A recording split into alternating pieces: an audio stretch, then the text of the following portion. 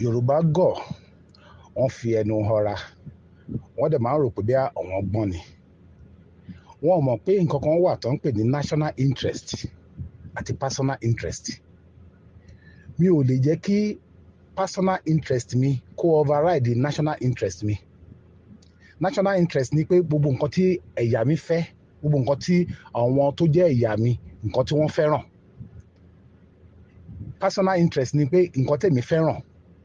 But tí mo bá rí pé nǹkan tí mo fẹ́ràn yẹn, àwọn ẹ̀yà mi wọn ò fẹ́ràn nǹkan yẹn, nǹkan tẹ́yà mi bá fẹ́ràn yẹn, òun ni máa ṣe kíni, òun ni máa ṣe.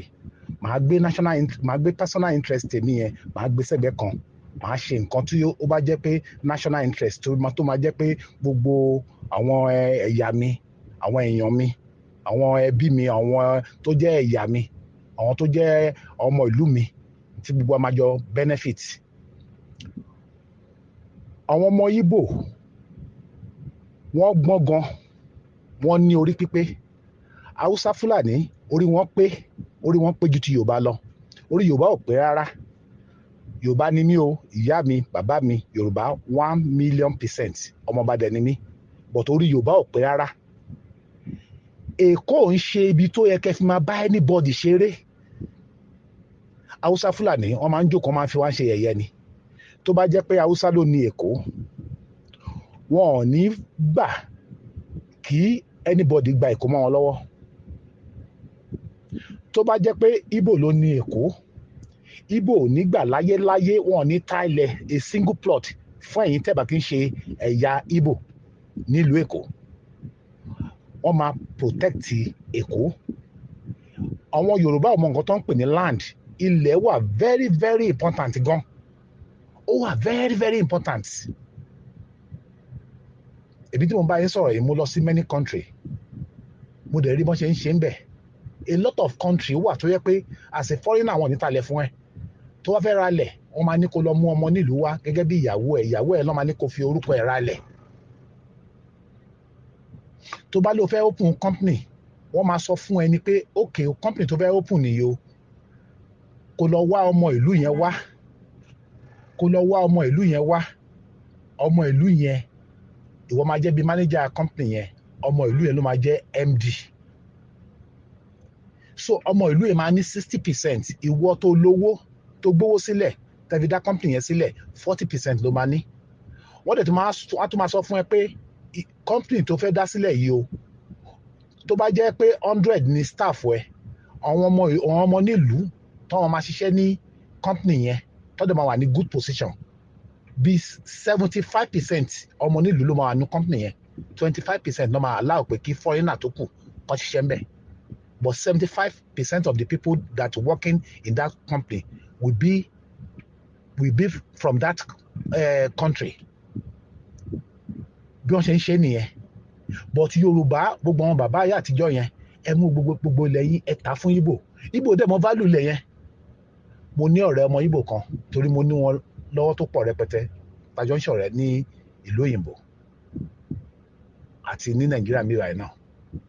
So ọmọ Ìgbò ń sọ fún mi pé Yorùbá gọ̀. Mo ní how? Ó ní tí Yorùbá, ó ní tóun bá ra ilẹ̀ lọ́wọ́ Yorùbá ní 100 naira.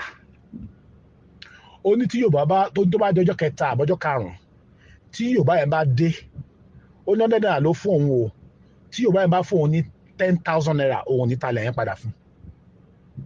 Ó ní kí Yorùbá yẹn fún òun ní 100,000, ó lóun ní talẹ̀ yẹn padà fún. Àbọ̀ wọn á sọ fún pé ṣe bí 100 naira ló rà, pé èèyàn tó dẹ̀ 100,000 fún ẹ, ó lóun ní ta fún. Ó ní kó fún òun ní 10 million, ó lóun ní ta fún. Mo wá ní why? Ó ní tí ó bá jẹ́ pé Ìgbò ẹgbẹ́ òun ló wá tó fẹ́ ra lẹ̀ yẹn ní 500 naira, òun á ta fún. Mo wá farabalẹ̀ pẹ̀lú ẹ̀. Mo wá ní kí ni reason tó sọ bẹ́ẹ̀. Ó ní since tóun bá ti ra lẹ̀ lọ́wọ́ Yorùbá, ilẹ̀ yẹn ti kó lọ́wọ́ Yorùbá nìyẹn, ó ti di Igbo land. Igbo lòun, but lórí ilẹ̀ tí òun rà one plot yẹn, Igbo land ni. Ó ní tí ọmọ Igbo ẹgbẹ́ òun bá wá tó bá fẹ́ rà lọ́wọ́ ní 400 naira àbí 500 naira, òun máa ta fún, torí pé ilẹ̀ yẹn sì remain Igbo land. Ó ní but tí Yorùbá bá wá tó fún 100,000, ó lóun ní ta fún. Ó ní rísì tóun fi ní ta fún ni pé if wọ́n kó fún òun ní 100 million, ó lóun ní ta fún. Ó ní rísì tóun ní fi ta fún ni pé tóun bá ti tà á fún ilẹ̀ yẹn ti kó lọ́wọ́ Ìgbò ó ti tún padà sí Yorùbá land. mo wá ní ó ní nílùú ọ̀wọ́n ó ní ọmọ Imo kò lè ralẹ̀ ní Anambra, ó ní ọmọ Anambra kò lè ralẹ̀ ní Ebonyi, ó lọ́mọ Abia kò lè ralẹ̀ ní Enugu. ó ní ilẹ̀ wọn ó wà very very important sọ́wọ́n. Èkó tó jẹ́ pé heritage Yorùbá ni, Èkó tí Ọlọ́run fi bless ilẹ̀ Yorùbá, ilẹ̀ yín lè bá ń gbé tẹ̀ ń tà fún Ìgbò. mo wà lọ́dọ̀ àwọn ọba kanjọ́ kan, mo wá sọ fún wọn pé mo láwọn ilẹ̀ tó bá ti bọ́ síta gbangba tó bá jẹ́ pé àwọn ilẹ̀ tó wà very very important kò yẹ kẹ́ máa ta fún àwọn tó bá kì í ṣe Yorùbá. Tá bá yẹ pé àwọn Yorùbá ló wá tán fẹ́ rà ẹ lè ta fún wọn, ẹ dẹ̀ tó máa gégùn fún ẹ tó máa fi gégùn lé lórí pé ilẹ̀ tá ta fún ẹ yìí o á ta fún ẹ nítorí pé ó jẹ́ Yorùbá ni o. bọ̀ tó bá di lọ́la tó bá lọ gbé ilẹ̀ tó bá fẹ́ ta fẹ́ni tó bá kì í ṣe Yorùbá bó ṣe máa rí fún ẹ lélẹ̀. so mo nítorí pé tó bá jẹ́ pé Yorùbá ni ilẹ̀ yẹn ṣì máa continue Yorùbá land, bọ̀ tó bá ti jẹ́ pé lọ tà fún àwọn tó kì í ṣe Yorùbá ó ti kúrò lọ́wọ́ yín, ó ti bọ́ sí ọwọ́ other tribe nìyẹn, ó ti bọ́ sọ́wọ́ non-Yorùbá. ilẹ̀ yín ò ń ṣe nǹkan tẹ́kọ̀ọ́ wọn máa tà anyhow.